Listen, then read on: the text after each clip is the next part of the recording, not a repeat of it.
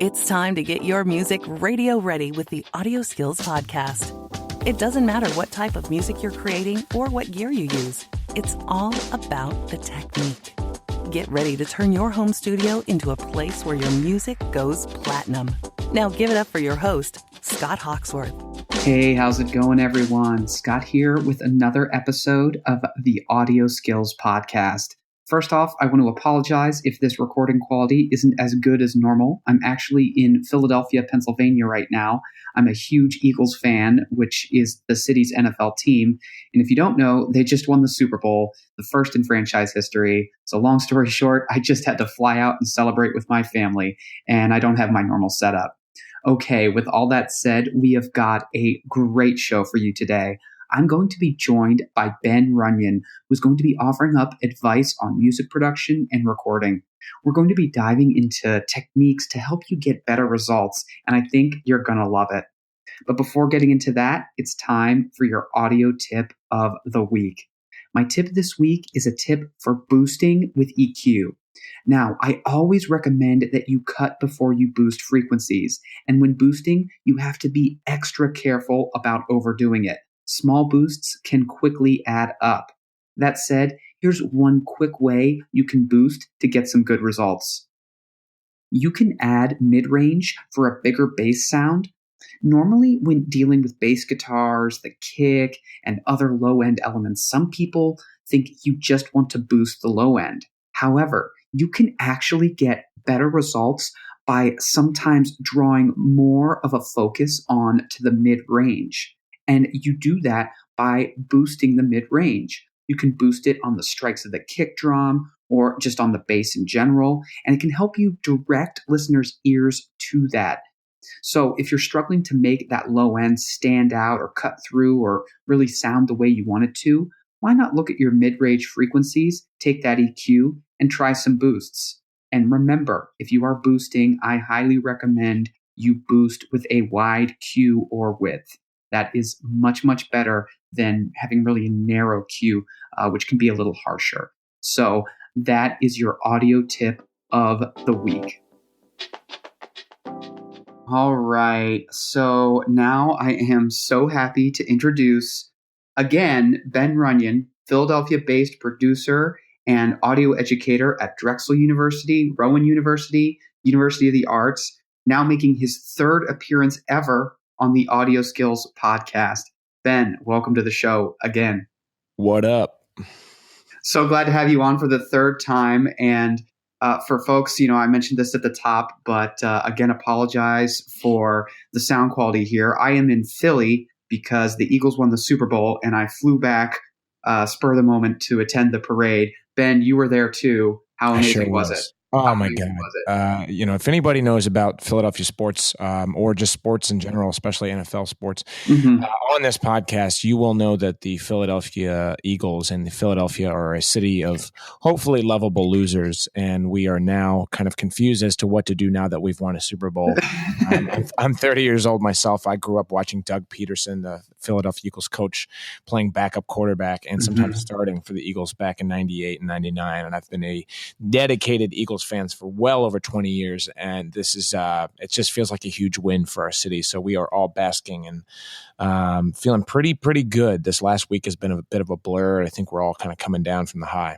Absolutely. And from my end, that's why I wanted to fly out here, because I was like, I'm not missing this for the world. It's the first Super Bowl championship in franchise history. And just for the city, it meant so much. And the parade yesterday was just crazy and awesome, and so much just outpouring of pride and happiness. It's great. That's where I know not everybody listening loves sports, and that's cool. But that's the kind of stuff that really ties you to a community. So good stuff. Philly. Yeah, Philly. I think we'll leave it at that. So Ben, Yep. In this episode, we want to jump into music production techniques. But before we do that, can you just kind of give us an update? What sorts of things are you working on these days in music? Sure. Yeah, actually, a couple of different things. I've actually been working not only on my one project, my Just Process project, where I'm about to put out a couple singles, actually. One with a student of mine from University of the Arts, Ian, a.k.a. Alloway, kind of an EDM future house type situation. The other one I'm going to be putting out is a track that I wrote with Kara Kozer, who has been sung on and helped me write records with Just Process before, and a rapper named Malcolm Millions from Philly. Kind of a Meek Mill kind of aesthetic, and we put together kind of a pop rap tune that I'm really excited about. And then on the other side of things, with City Rain, with my band, or really it's just me right now, it's a project. Sure. I put out a single called Wasted, and was really, really happy the day after the Super Bowl to find that it had been added to a Spotify Fresh Finds playlist, and it's awesome. Really spiking with a lot of plays right now. So some cool exposure for that project that I haven't had in years, which I'm really excited about. Additionally, I've been hard at work teaching 6 classes this semester between the 3 different schools that I work at, and trying to find time for my musical projects in between, and just crushing on some new Logic 10.4 and some various different plugins that I've been into. Right on. Yeah. So clearly keeping busy, and sort of in terms of projects and things you're working on, there's a new one that you and I are working on together for AudioSkills. We're making a brand new YouTube video series, and it's going to be Ben teaching just techniques and covering all these awesome things. And we actually just had the first video launched today, which is a Friday, on the new Logic 10.4 features and things like that. So Ben, what's our real plan with this? Sure.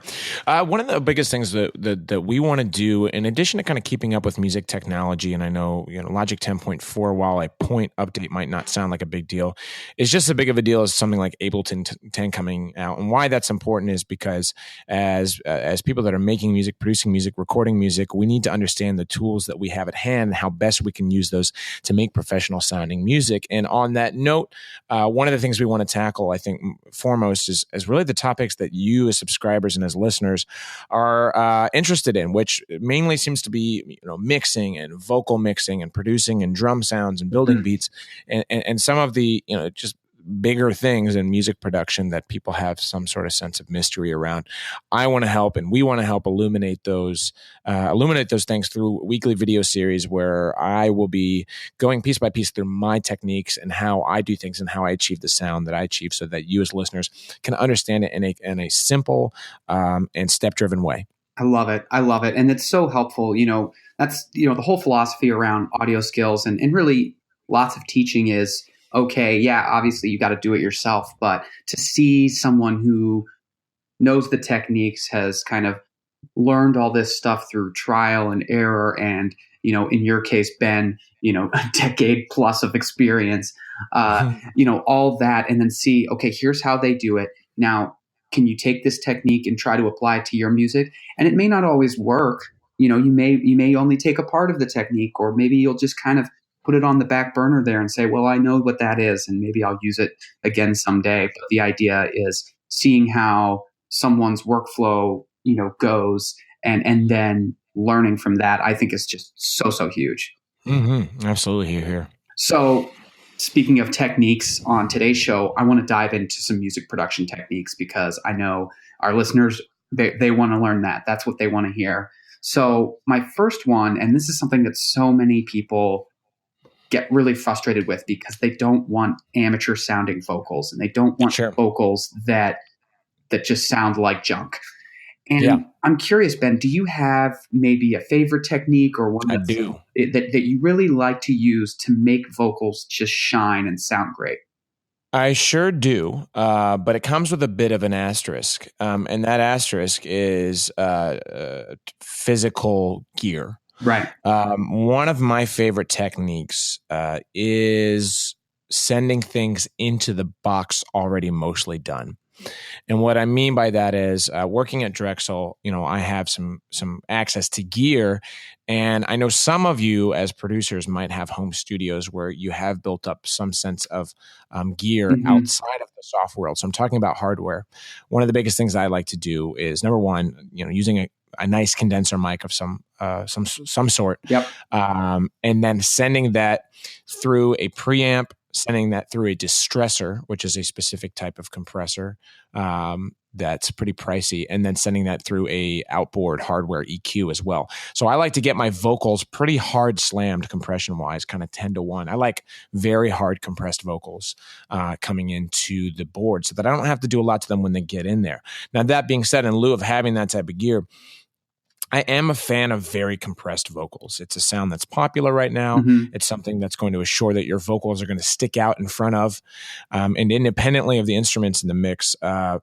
So I think people are always taught to use compression very carefully, and in generality, especially as it pertains to the master mix itself, you should always be careful with compression. Sure. Nobody likes overcompression.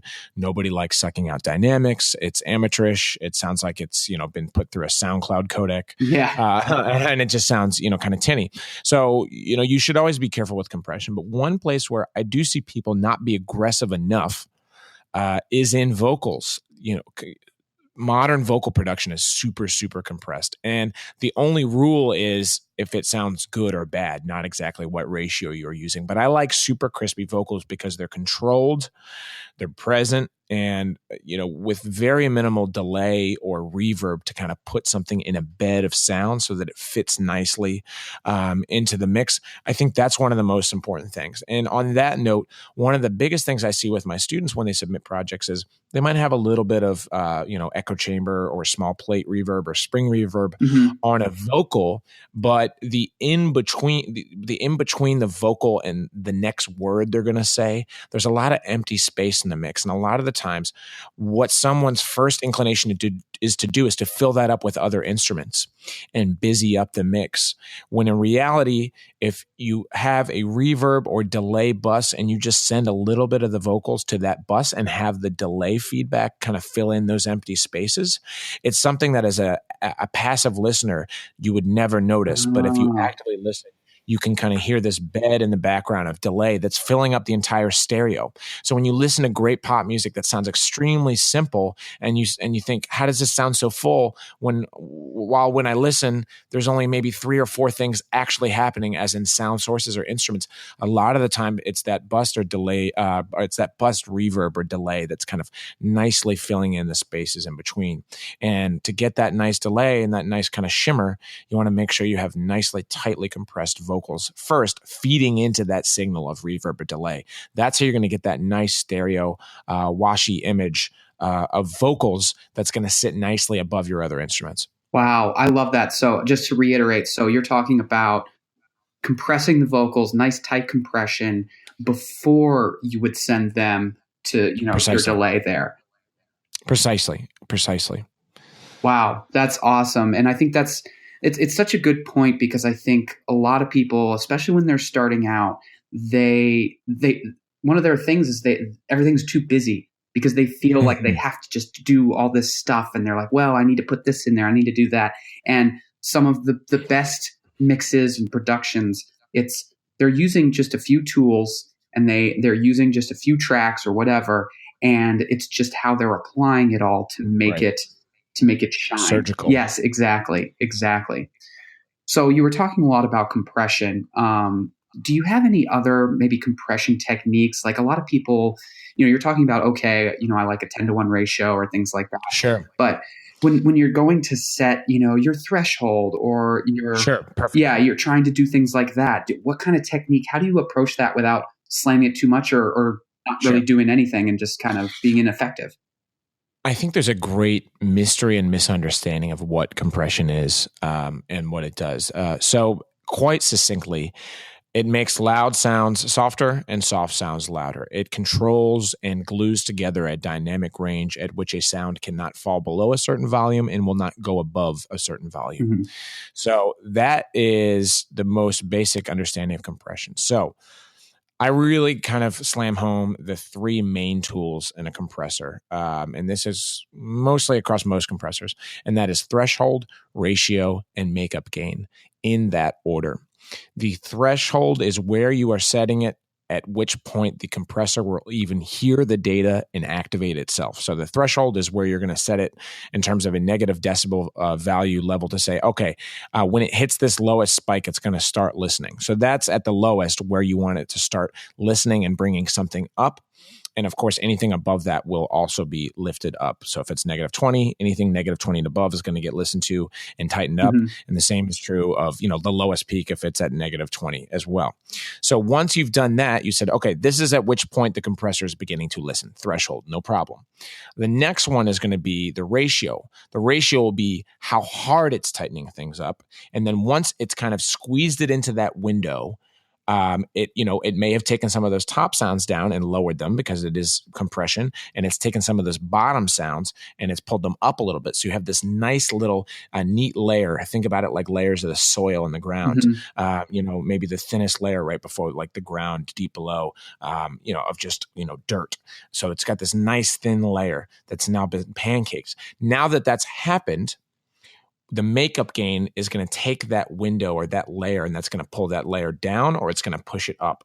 Oftentimes, you will be pushing that makeup gain knob up because once you've squeezed your audio, once you've squeezed your data, it has lowered the volume a little bit and kind of sandwiching it into a smaller dynamic range. But now that it's in control, which is what the threshold and the ratio has accomplished, pushing it back up. And then the third thing to be most cognizant of, and it's not a hard and fast rule, but it's just generally speaking a level at which things start sounding weird, is if you're going anywhere above 5 to say 8 or 9 decibels of gain reduction, which you will see on your meter, that's when you're going to start to hear serious artifacts of overcompression. And that's when you've gone a little bit too far. Now, that's not always true 100%, but more often than not, you'll hear that that's kind of a stranger area, at which point the compressor is now sucking dynamics out of the track completely and making it sound lifeless. So a good place for me is if I'm at negative 5 decibels of gain reduction, anywhere plus or minus 1 dB in that area, then the compressor is doing its job. And furthermore, if that's all it takes for me, 5 decibels, give or take a decibel of gain reduction, then that means I've also recorded it probably pretty well, and it didn't need a ton of surgery, if you will. Absolutely. And one quick question. You were mentioning those artifacts of compression. A lot of people are like, well, I don't even know what overcompression sounds like.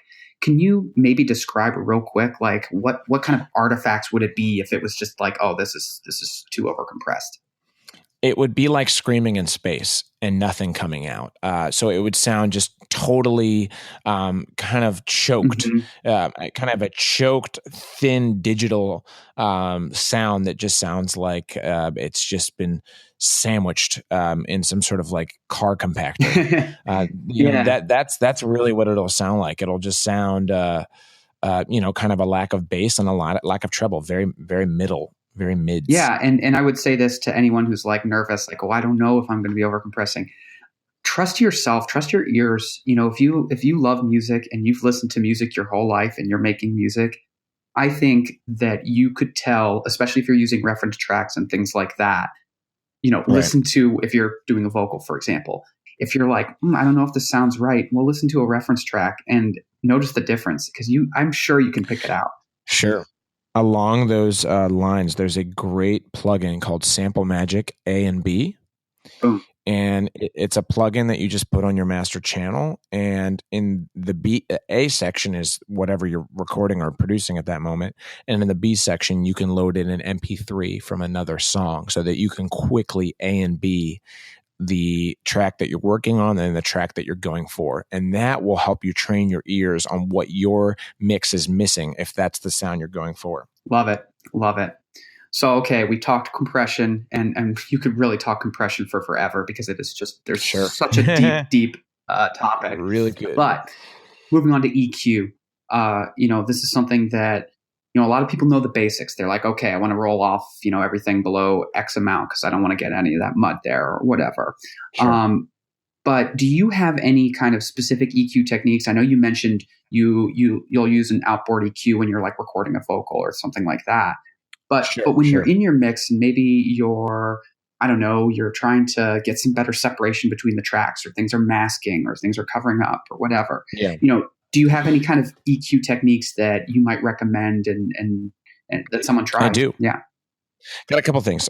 First things first, just from a natural technique is, one of the things I always kind of ram into my students' head is make it worse first. Mm-hmm. And what I mean by that is using a EQ frequency, specifically a notch, a notch or bandpass, and a bell, curve EQ in a 8-band EQ, if accessible, to kind of push up and sweep through the frequencies until you can find the most annoying possible frequency that's bothering your ears. Because in EQ, generally speaking, we are looking for that frequency that is disturbing, that is muddying something, that is masking something. So if you have a nice EQ, it probably also has a spectrum analyzer. So you'll probably be able to learn to see where it is first. But you shouldn't even need that. If you can push around and find that frequency, you'll be able to kind of attenuate that and say, all right, now that I've found where it is and I've made it really bad, I can just lower that. And then the next thing that you'll play with is the Q. So you can tighten that band so that while you are taking out the frequency that is unwanted, you're not necessarily taking out some of the other frequencies around it that might be providing something nice to the mix. So that's number one. Now that's a huge kind of technique that you kind of have to get better at by yourself and eventually learn to trust your ears. In lieu of that, or in addition to that, would be number two, which is a specific plugin, and it's called Neutron by Isotope. And I now believe they are at Neutron 2 by Isotope. This plugin has a learning assistant whereby which if you click on track assistant, it will attempt to EQ the specific track or tracks that you have designated with it. So while it's not an all-in-one, this will mix your track for you. It is a very great educational guide and start to showing how the computer would approach doing it. Additionally, if you have it on two separate tracks, it can reference each other and kind of, if let's say it's a vocal and a guitar, for instance, if you put it on each track, it would probably boost the vocals at, let's say, 2 or 3K or 1 or 2 or 3K. And then it would probably kind of cut on the guitar track that same area to make room for it. So those are, it's not going to do your work for you. Not to mention, if you put it on every track, it would probably like burn your computer.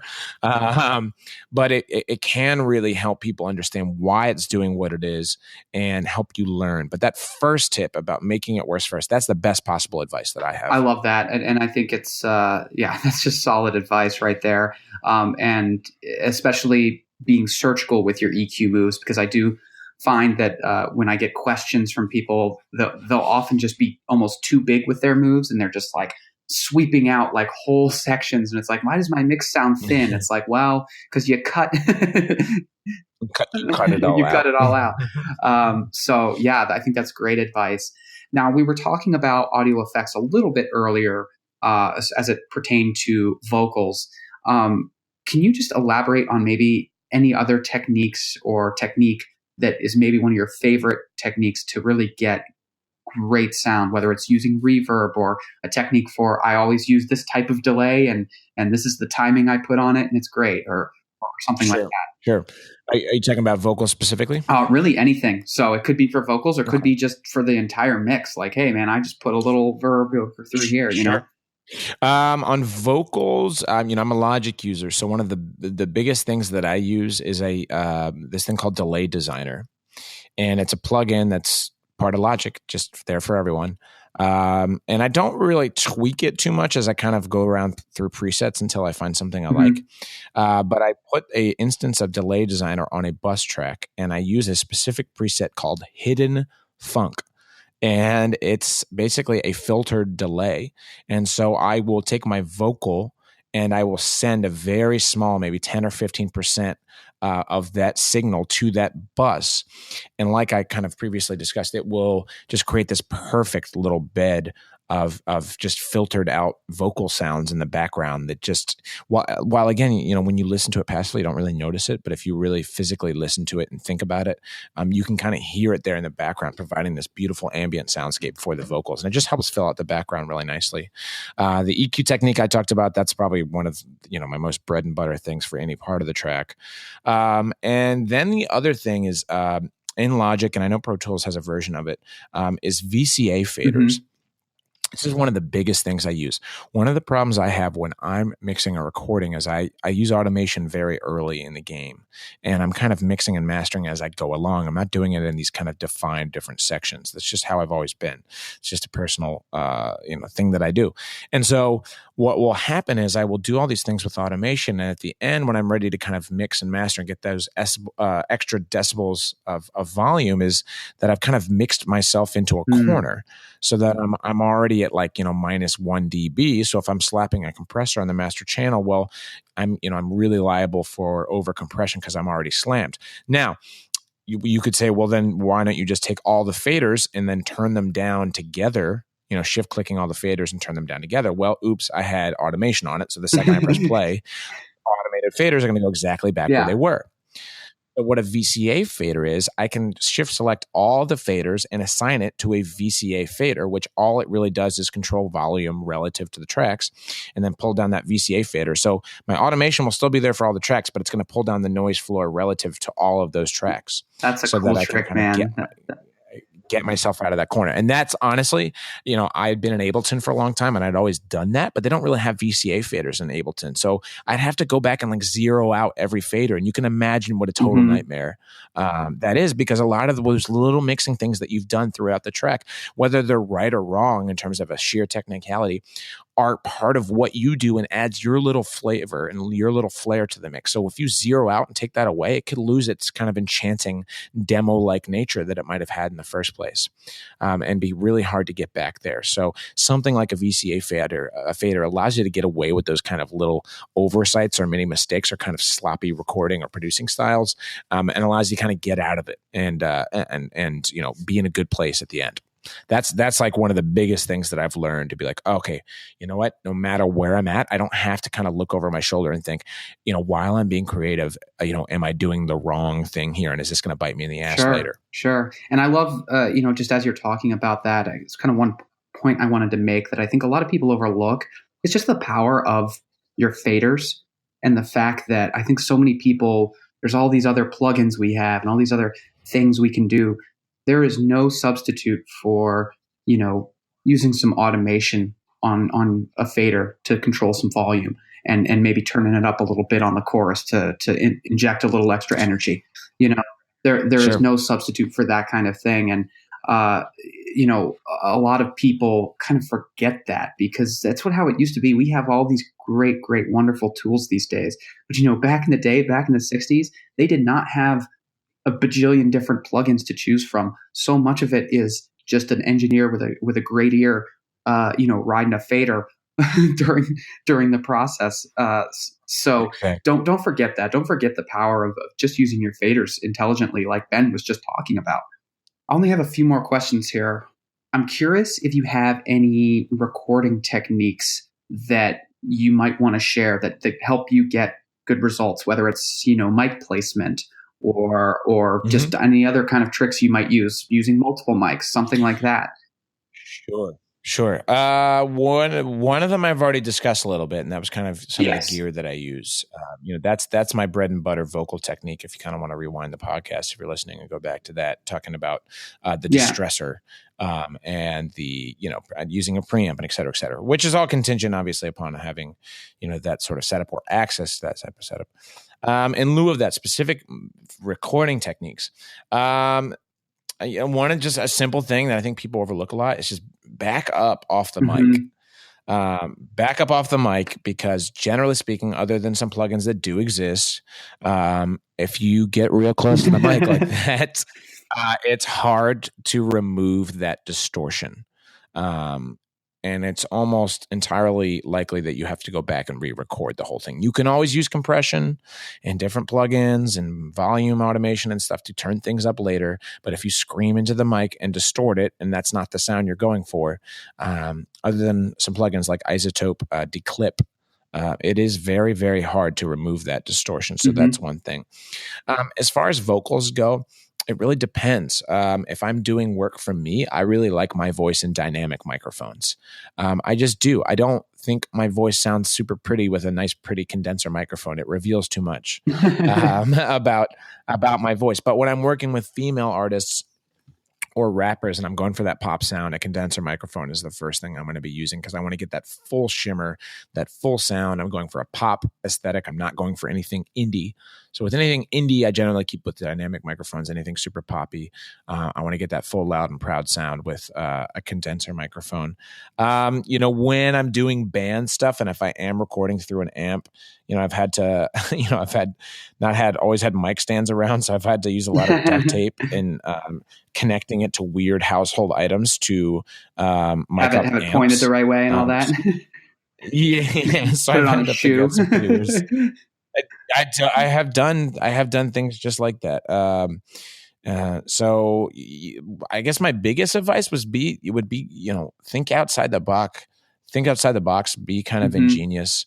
Go to rummage sales and go to punk rock flea markets like we have here in Philly. Sometimes people are throwing out some cool, weird gear that they don't know how to use or don't know anything about. You can kind of you can get some kind of sounds that you just, everybody has access to a computer and everybody has access to the only thing limiting us from all having the same plugins is money. But with physical gear and guitar pedals and, weird old Boss rhythm machines and things, you can kind of get some sounds that you just wouldn't be able to normally get. In terms of digging out of the crate. So, beyond those simple vocal techniques, I really don't do a lot of recording. When I'm recording my guitar, I'm going direct into my audio interface. I'm just a DI kind of guy for the most part. I want the cleanest possible signal going in because, if you're adding something to that signal going in that you're not intending to do, again, you can't take that out. So, I do use the pedal board and I do use the amp designer in Logic religiously because they sound so damn good. But the one guitar pedal that I did buy this year was the Electro Harmonics, so EHX Canyon, which is a really amazing reverb, delay, and shimmer pedal for really cool guitar, drone, ambient stuff. That is a lot of fun for me. Awesome. I love those techniques. And really, that's such a good point you make about use what's available to you and be creative. And I'd also, because you were talking about different mics, I am constantly advocating, look, I understand we have budgets, but if you can build out your mic locker, have yourself a condenser, then maybe get a dynamic mic, because you never know, especially if you are either recording other vocalists or even you're just yourself, you never know what a different type of mic might be able to bring to the table. Right. And bring to your project that maybe you wouldn't have gotten if you had just tried a different mic. Right. Yeah. Yeah. It's just, listen, I certainly don't know everything. And that's what's so great about music production. And you should never forget is that, I'm 30. I've been doing this for over 10 years. I know a ton, but I still feel like I know nothing.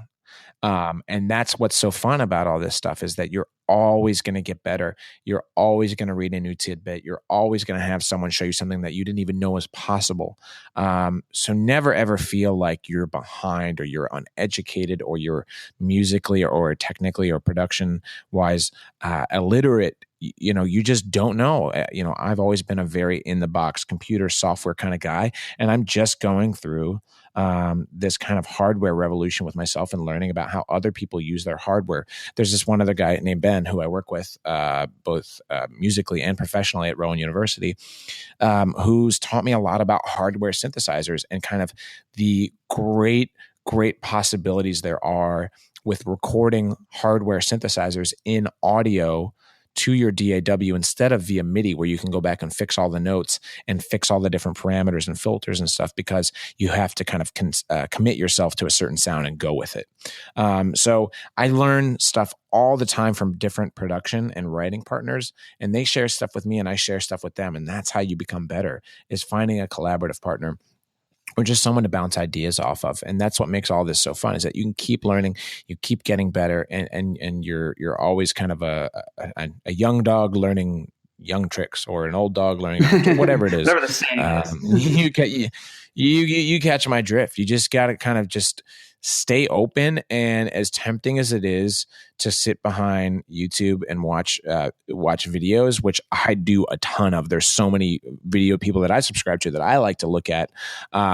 Just there's no substitution for being in the studio and shutting off your phone and shutting off your iPad and all that stuff and just tweaking knobs and just getting weird without any intention other than to discover new sounds. Absolutely. And I think that is a perfect place to end this. Ben, I wanted to thank you so much for joining us again today.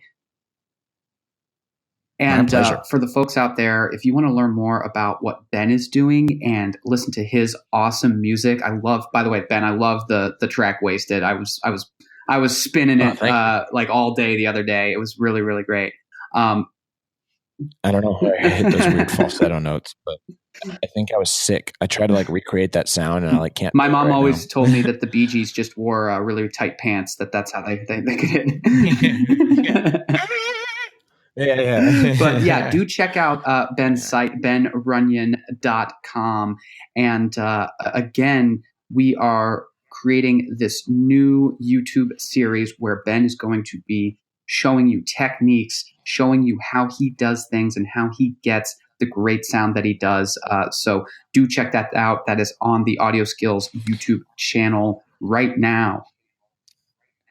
And don't forget to tweet at us or Instagram message us or Facebook us or email us with your suggestions. We want to hear what you want. Absolutely. And thank you all so much for listening today. And as a reminder, for links and information about today's show and our guest, check out our show notes at audioskills.com/podcast. No matter where you are, what kind of music you want to make, just go out there and make it great.